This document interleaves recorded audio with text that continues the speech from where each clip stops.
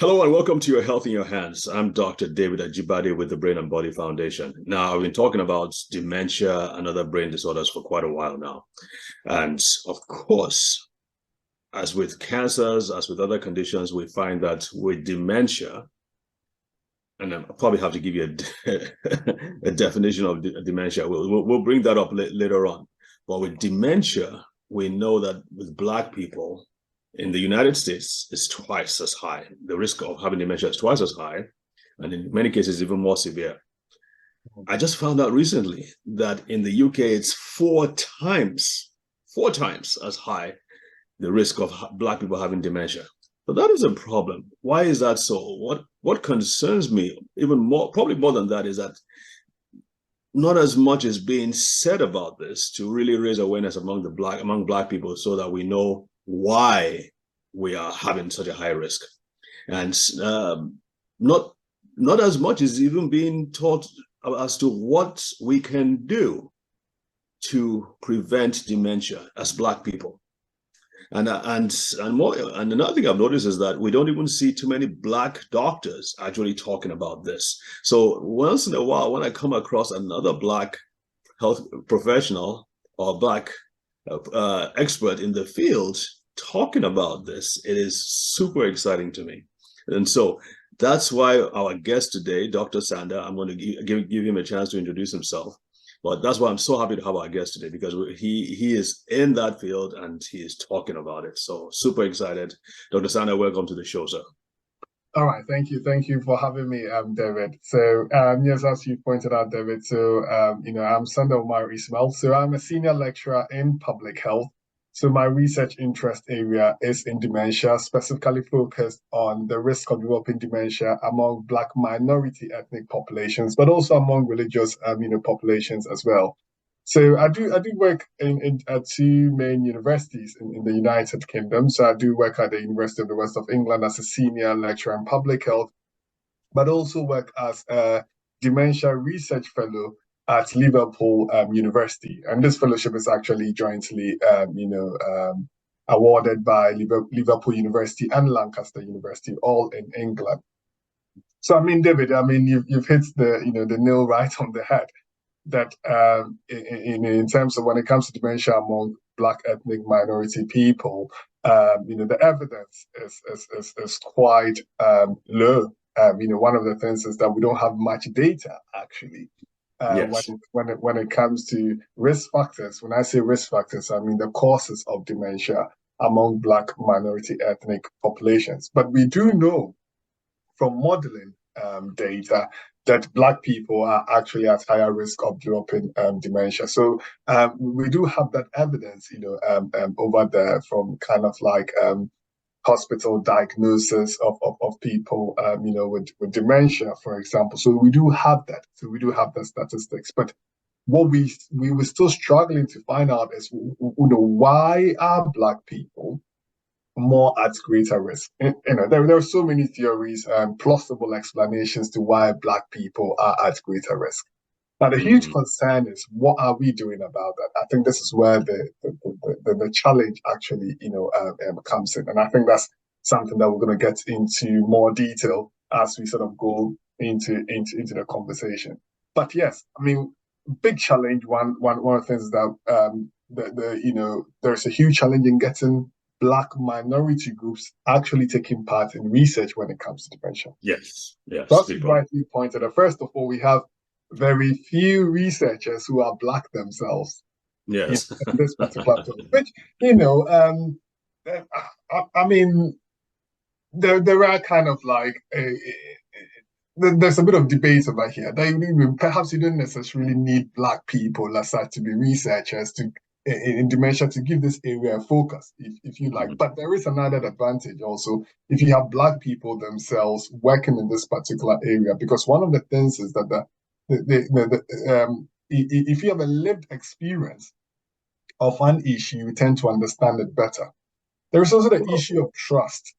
That's it. Yeah, the trust thing too. Yeah.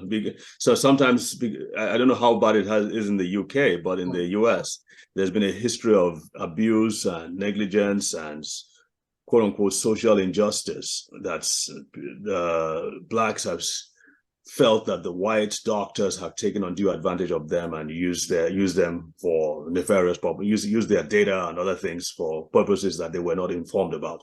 And so, in addition to the fact that they actually outrightly did harmful things to them during the research.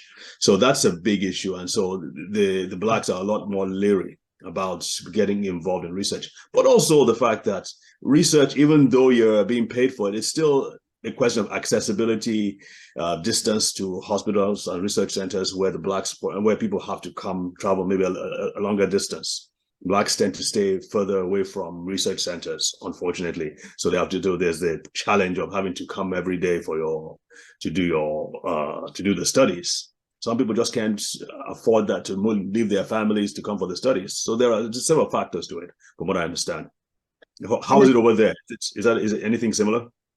I mean, so and in terms of in the UK over here, we tend to term it, lack of culturally appropriate interventions for Okay. people from ethnic minority or groups. So what we have found from some research is that the services that are usually available are not culturally appropriate. Such as, I mean, right from even that's very interesting, right from even the diagnosis of dementia. So, for example, one common cognitive, measurement that is usually used to assess people to see whether they are cognitively impaired or not, the mini mental state examination, for example, there's a lot of criticisms about it that it's not culturally appropriate. Because one of the tests is to name certain animals, and these animals if you are not actually from a certain cultural background, you may not be able to name it, but that is actually used to assess people's cognition. So in the UK over here, there is a lot of interest now trying to make the services being delivered to people with dementia more culturally appropriate. Okay, because that is one of the barriers that's actually preventing people from accessing services that are actually designed to support people and their carers, with dementia, for example, and therefore a lot of the time these services are underutilized by ethnic, minority groups, and that in itself is a huge problem. That's a good point. That's a really good. It's a challenge. I agree. It's a serious challenge. But here's and we've probably talked about this before. Yes, there's a challenge of the research. Yes, there's a challenge of access. But in addition to that, there are also genetic challenges, genetic reasons why we tend to have a higher risk factors. There are lifestyle reasons, there are dietary reasons, there are behavioral reasons, and there are also environmental reasons. And so why these are not being talked about, I mean, when people say they need more research, there are some things that are obviously already out there. All you need to do, I mean, it's not hidden. In my opinion, it's not hidden. One example, obviously, is we talk about vitamin D a lot. We now know that vitamin D has a very strong protective role, and even developmental. It helps the brain develop throughout the lifespan.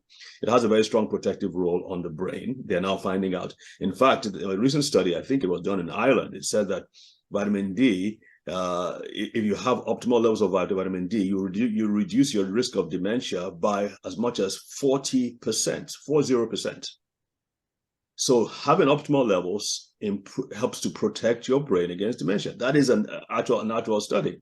Well, who has the least amount of vitamin D on the planet of all the different demographics? Is the Black people. And so why isn't that? So this should be something that should be talked about as well. Just because it's a supplement does not mean that it doesn't work. I think doctors have this huge antipathy towards anything supplementation, but this is what it is. We also know that cardiovascular disease is a strong, if you have persistent hypertension, especially in mid-age, midlife, in the 40s and above, especially if you have diabetes or high triglycerides, these are all factors that increase your risk of dementia. Now, there are other things I can talk about as well, but these are glaring things. These should be talked about, at least help us to know the mechanism. Why is it that hypertension can lead to dementia? We need to know. So that, and I think if people know better, they will be more likely to take their drugs like they should, more likely to visit their doctors, more likely to check. Maybe everybody should buy, in my opinion, everybody should buy a blood pressure measurement, a sphygmomanometer, to check on a regular basis. These are simple things you can do. Other people can buy the continuous glucose monitoring device. It's getting cheaper and cheaper. But if you're not telling people about these things, they are not going to take it seriously. And you can't say, just by not telling them, are you saying that they can't grasp it? No, that'll be racist. But we need to tell them. We need to tell people, especially the lay people, about these things. But we need to tell doctors as well, so the doctors can look out for these things and educate their patients as well. I mean, good points about that, David. I mean, first to start off with, I think we will probably need to, go back a little bit to the fundamentals to recognize that dementia is not a simple disease. Okay, it's a syndrome. It's that means it's an accumulation of a whole lot of factors. The sad thing is that it's a gradual deterioration in one's cognitive ability that's eventually going to result in death. The only certainty about dementia is that you're going to gradually deteriorate and you're going to die. That is the sad thing about it. It's a complex, syndrome. So there is no single risk factor to it. So I think we've got to really understand that. And one of the things that we've got to be careful as well is that there's so much out there in terms of research and hypothesis as to what the risk factors of dementia are, or the causes of dementia are. But as an academic, we approach this very cautiously in terms of looking at the robustness of the kind of evidence that we do have. You're certainly right. We've established some risk factors when it comes to dementia. For example, you mentioned hypertension, high blood pressure. And we know that high blood pressure in middle ages actually contributes, a lot to the risk of developing dementia. And in fact, we do know that, in fact, using antihypertensive drugs is the only, effective treatment in preventing dementia. We do know that as well. So that we do know. And you're right, David. And you asked a very important question. Why are we not telling people? Okay. And I think I add another complicated layer to it is, I think it's just beyond telling people. It's about how do you do that? So when it comes to, public health and, one of the things we do understand is that changing behavior is not an easy thing to do. Okay. Yes. Trying to get people to change their behavior to improve their health or their lifestyle is not a simple issue of communicating a health message. I mean, loads of years ago, this is what health promotion used to do, by just delivering the message, thinking that if I deliver the message to you, buy a blood pressure machine, make sure you check your blood pressure. If you're having issues, go see your doctor. Maybe you have high blood pressure, make sure your doctor gives you some drugs and to bring the high blood pressure down. Changing behavior is more complex than that. Because as humans, we are ingrained within a society, we're ingrained within an environment, and our behaviors are heavily influenced by all these socio-ecological factors that impact us. So, that added layer, I think it's about how do we actually communicate this message?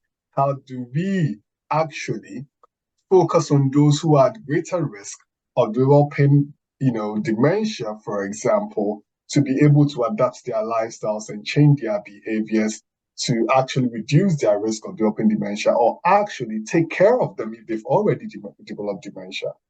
Now, there are two main approaches when it comes to this. There is one aspect of focusing on the individual, okay, and a lot of the time we tend to focus on that. We want people to be physically active, to reduce their risk of hypertension, to have improved diet, to take supplements such as vitamin D supplements, for example, as you did mention. There's also the other issue here of policy. And this is very important. And a lot of the time, this is what we do lack. Because policies are the things that can help change people's environment to be able to improve, their health. You did mention about vitamin D supplementation. It is not easy for people to get vitamin D supplements in some countries. Okay, so the policies are not facilitating something like that. Okay. Well, what do you, let me push back on that. Yeah. What policies specifically would address that, if you don't mind? So if you have targeted policies that will make certain things available for people, I mean, I'm not very much abreast with the policies around vitamin D supplementation in the US, for example. But let me take a common example such as physical activity. Okay, so if we do know that physical activity is quite low among ethnic minority groups, okay, particularly in the UK. But we do know that most of the people, ethnic minority groups in the UK, also live in very deprived areas where they actually do not have access to parks and green spaces to be able to become physically active. Right. So if you can change that environment, then that enhances people to be able to change that sedentary behavior that they have. So by not changing the environment, but just actually targeting the individual and posting those messages to that particular individual, it is likely they can't work. So there's a matter of agency over here. If you send messages to people to change their behavior, it is based on their agency, their motivation, their inspiration, and their ability to actually respond and adapt those messages. But if you don't create the right environment for them, that agency will still not work. So even when people want to be physically active, and there is no park, for example, let's say youth who wants to play football, and you've not created any kind of like park for them, they want to be, but they cannot actually use it. So That's a good point. Yeah. yeah. Go ahead. So those two things when it comes to dementia are important in terms of both the focus on the individual, but focus on that policy to create that enabling environment for people to be able to change their behavior to reduce their risk of developing dementia. And that's an excellent point. And as you say that, I just remember a story. I speak a lot at the different senior centers in Baltimore here, and most of them are predominantly Black, attended by Black, because that was my request. I wanted to speak to Black people. And I remember after I talked about insulin resistance and the importance and blood sugar control, and I suggested that after a meal, especially in the afternoon, you get up and go for a walk. That helps to drive your blood sugar levels down into your muscles where they are better used, rather than leaving it high, rather than just going to bed or going to watch a TV program. And after that meeting, this beautiful lady, probably in her 70s, walks up to me with a big smile, and she's like, "Yeah, that's a great idea. I would love to do that." But the problem is that she lives in a neighborhood that is, if she goes around walking, the youth, she could get mugged, she could get beaten up. And she's like, she can't do that. She can't risk her life that way. And I got to tell you, my heart sank. I felt so pained about it. That even an elderly person is afraid of that. I mean, where's the morality? Where's the sense of respect? I mean, I know you're originally from Ghana, or you have Ghanaian ancestry. I'm from Nigeria. From Nigeria, I cannot imagine that a youth attacking an elderly person. Maybe the world has changed so much, but as to my knowledge, I don't think they would do that. They would maybe, I mean, no attack is warranted. But for an elderly person, we do have enough respect and decency not to attack an elderly person, especially as a youth. So that's a problem. So you bring up an interesting point. However, I still think we need to present the problem. We need to let people know, and I trust people. When people understand that this is important to them, understand why it's important and how it can help affect them for better, some will find a way. Not everybody. Others will just keep doing what they were doing. Some will find a way, and they will find a way to make it happen. Same thing with, we call them food deserts. I don't know what you call them in the UK, but food deserts. Yeah. Where we say, get fruits and get vegetables. Don't eat all these processed foods. Many times the only food place is a McDonald's, for instance, in a radius of a mile or two. And so that's the only place they can go to. Plus, it's super cheap. But if you still educate people and say this, you also need this, this, and this for your brain, who knows? They might decide to create a small garden in their backyard so they can ensure that they get the fiber and the different vegetables that they need. I mean, I'm just saying that.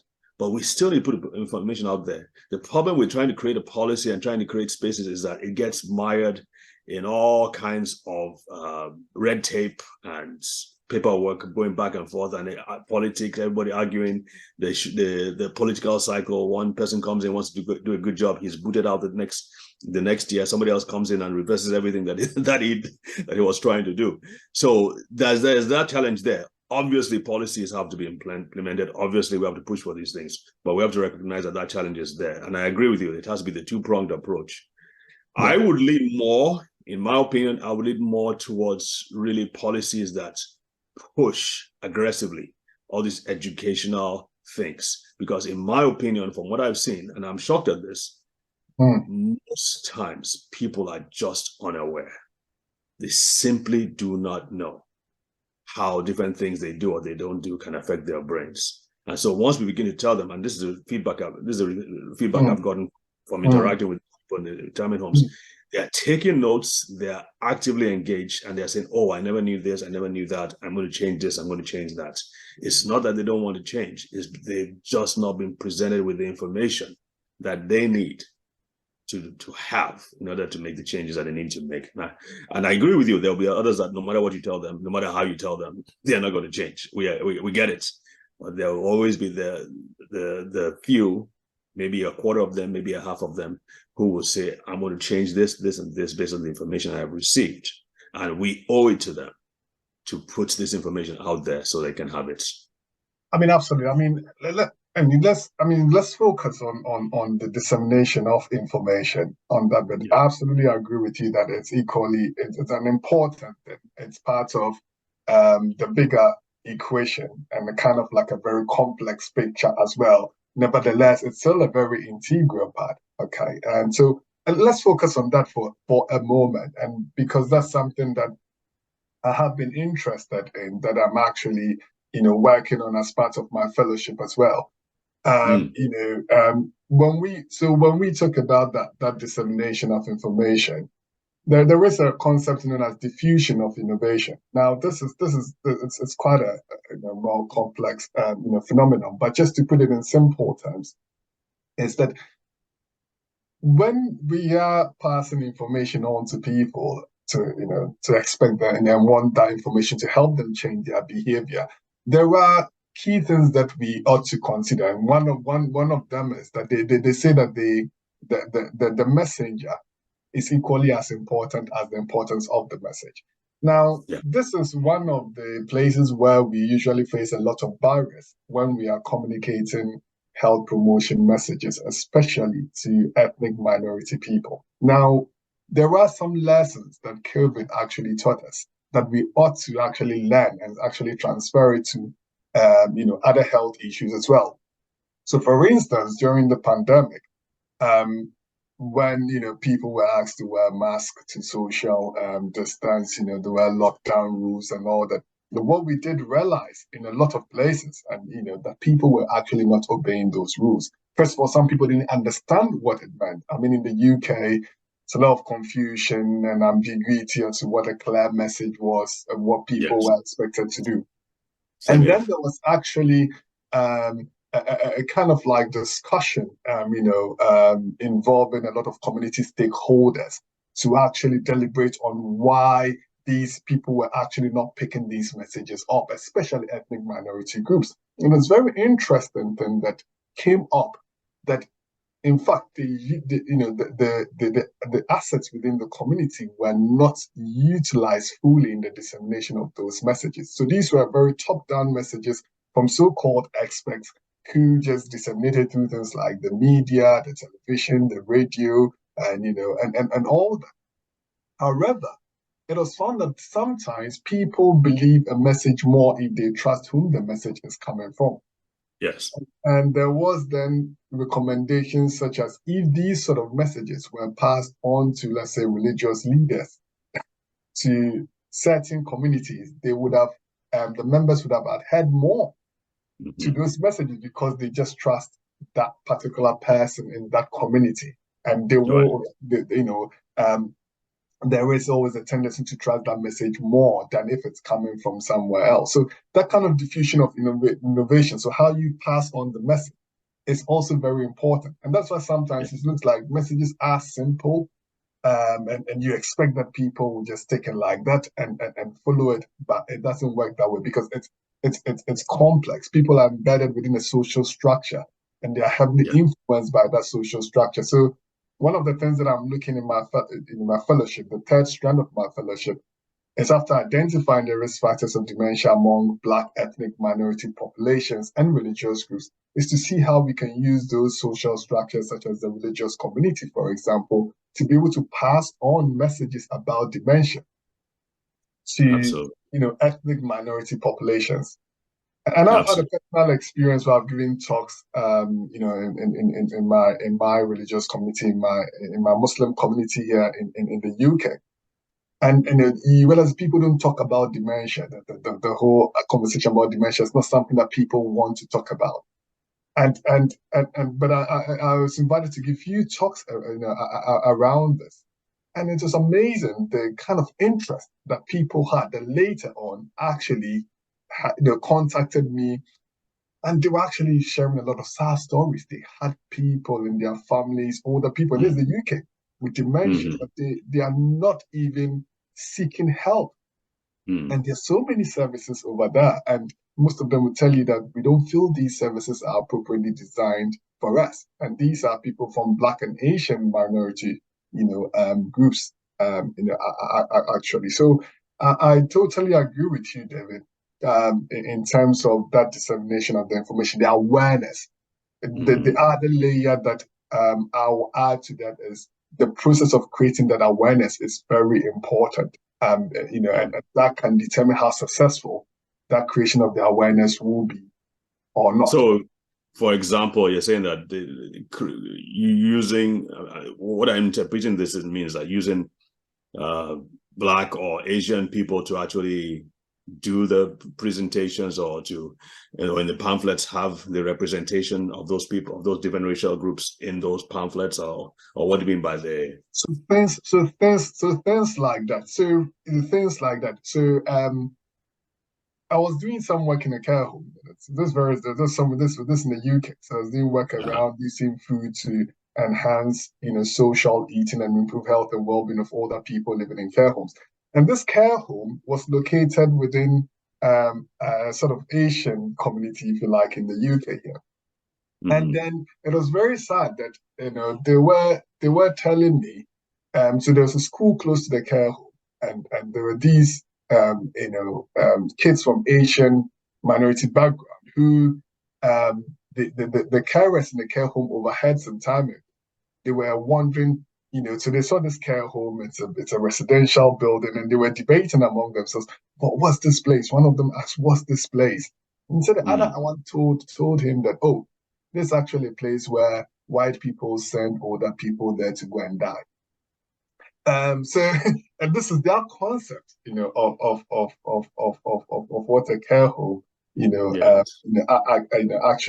actually look like, because they don't Yes. understand how that fits, within their culture and all that. Yeah. So what I am saying is that the creation of the awareness needs to be culturally appropriate. Okay. Sometimes we overlook this. For example, you design flyers to bring people's awareness to dementia, and you are presenting this maybe to a Black minority ethnic group, but all those that you have within the flyer are white.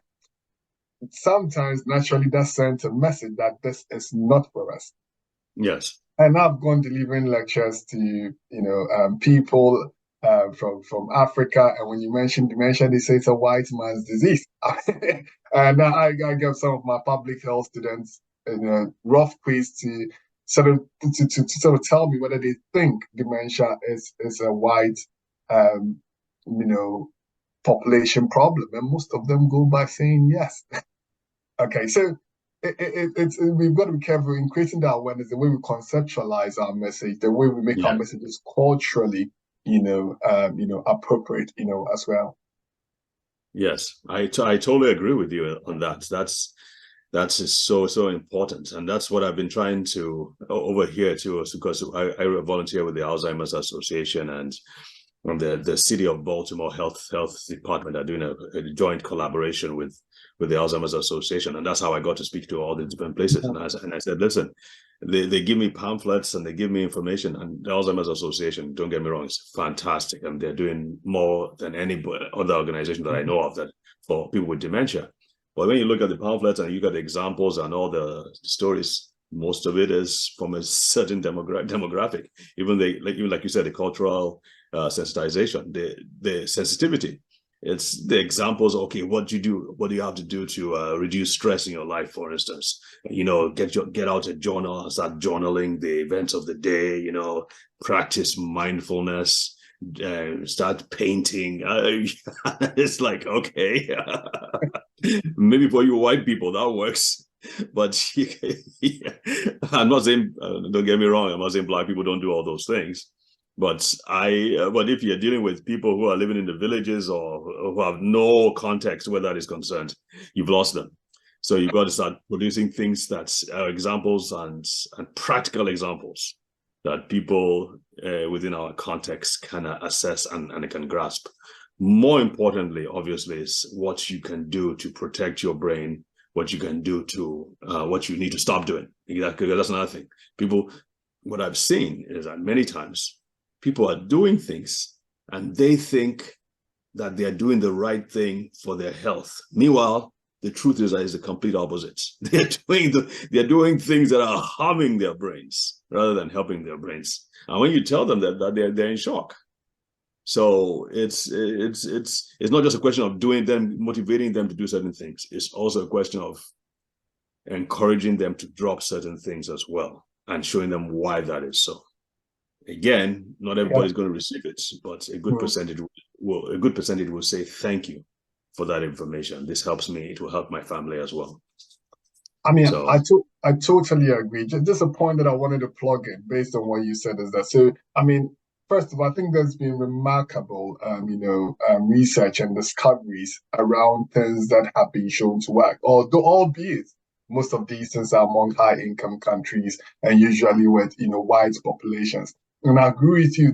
The point now is how do we sort of learn from that evidence and see whether we can translate some of these things to to ethnic minority populations who are actually at greater risk of dementia. Now, this is a very, a critical mission that we need to start thinking about, because this is the way we can bridge the inequalities when it comes to the burden of dementia. Because most of the time, for a long time, the attention has been focused on white populations and in high income countries as well. Okay. Yeah.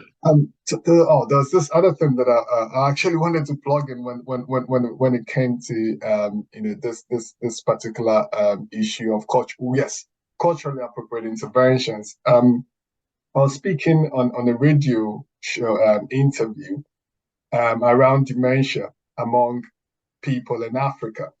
And it was interesting when we were talking about dementia and the whole idea of we need to actually tailor the messages in a way that people from those cultural backgrounds will understand. And I was giving examples such as the mention of dementia in the Bible. So this is very interesting. And the mention of dementia in the Quran. So when you go talking to ethnic minority populations, who most of them subscribe to some sort of organized religion, it's about then making, to put a convincing message is to put it in a form that they will understand. Okay? Because there's a story in the Bible of Jacob whose children thought that he was a daughter. They thought that their father had lost his memory. Okay, and they were actually referring to him as someone who was demented, as someone who was having dementia because of his older age, as well. And we can find origins of, the mentions of dementia at various places in the Quranic text as well. And this then, as you mentioned, we know there are some countries, for example, where they've got places called witch camps. For example, in Ghana, there is a place they call a witch camp. And it's funny enough that when you go to the witch camp, it's only older people who you find in the witch camp. And these are women who actually are suffering from some sort of cognitive impairment, and most likely to actually be suffering from dementia. And now it's very interesting. Why is it that it's only women? Of course, because we do know that women are at greater risk of developing dementia than men because they tend to live longer than men. So demystifying those notions, like in the things like attributing dementia to those sort of spiritual connotations and sort of breaking those myths are sort of the target and the focus. But that's not the same thing you will do if you were to actually promote those health messages about dementia among white populations, for example. That's not something that's relevant and fits within that context. So yes, definitely it's about also the things that we are doing that are not good. The spiritual connotations we attribute to dementia. And there are ethnic minority populations here in the UK from Asian and Black minority backgrounds who still think if someone has dementia, it's because they've not lived a lifestyle very well, they've done something bad in their life, their ancestors have probably done something wrong, and they are paying the price, for that, which is a very sad thing. It's about how do we approach the conversations of dementia with people like that, to let them understand that this is actually a condition that has got no kind of like negative moral connotation. And that was one of my messages I was passing on when I was speaking to the Muslim population, that actually in the Quran, the dementia was actually mentioned as a condition that older people are at higher risk of developing, irrespective of the sort of lifestyle the sort of moral lifestyle that they've lived. Well, I tell you what you're doing is extremely important. That is so important for people to realize those things. I mean, I used to deal with autism. I still do address kids, have patients who have autism, and back in Nigeria, they still think there's some kind of evil spirit that is involved in those things. Again, because of the behavior, the abnormal behavior of some of these kids display. Same thing with dementia as well. So yeah, there's a lot that needs to be done, and I really applaud you for your work. I hope that we can continue to work together from across the pond, as they put it, to create good targeted information and culturally sensitive information that will make it more available and more accessible, and be better received by people who are not entirely white. And with that, it looks like we are out of time. I just want to say thank you so much. Are there any final words you want to pass across to our audience? I mean, yes, absolutely. I mean, one of the key messages that I always, pass on to my audience is that, aside the huge burden of dementia that we are facing as a global society, because the entire world is aging, we're growing older as a globe. So people are living longer than 30 years ago. If you look at the aging profile, every country, whether that's a high income country or low income country or a minority group, our life expectancies are actually increasing. And as the aging population keeps on rising, our risk of dementia actually becomes higher. But my message to people is, I want people not only to focus their attention on the high burden of dementia among the population, but to think about the inequalities that this also brings as well. To also be aware of, the clustering of some risk factors among minority ethnic groups. So lifestyle, health factors such as diabetes, hypertension, stroke, for example, are higher among ethnic minority groups than white populations. And if we actually are aiming to bridge the inequality when it comes to dementia burden, then we need to start targeting those who are at higher risk, and that includes things such as developing those culturally appropriate interventions, and targeting those who actually need those interventions to bridge that kind of like inequality. Absolutely, very well said. Thank you again for gracing us and for providing this information. We look forward to having you back on the show sometime soon, hopefully. Yeah, and I must just commend you for the fantastic work that you're doing, David. I think it was an absolute delight when your message dropped in my inbox, and I'm like, it is great to talk to another Black person about dementia. That's exactly what we need. So organizations like yours, people like you with that passion, to really make a difference when it comes to dementia among Black ethnic population. So just to congratulate you for the work that you're doing. And, I hope that, you make that change, and I can see that change coming. Amen. Amen to that. Thank you so much again. Well, Thank folks, thank you for joining us. God bless. Remember, these recordings are available on the NTA website, and also on our Brain and Body Foundation website. If you have any questions, be sure to reach out to us at Brain and Body Foundation. We're on all social media platforms. And I believe our email address is info@brainandbodyfoundation.org. Till then, stay strong, stay healthy, and God bless. Take care. Bye.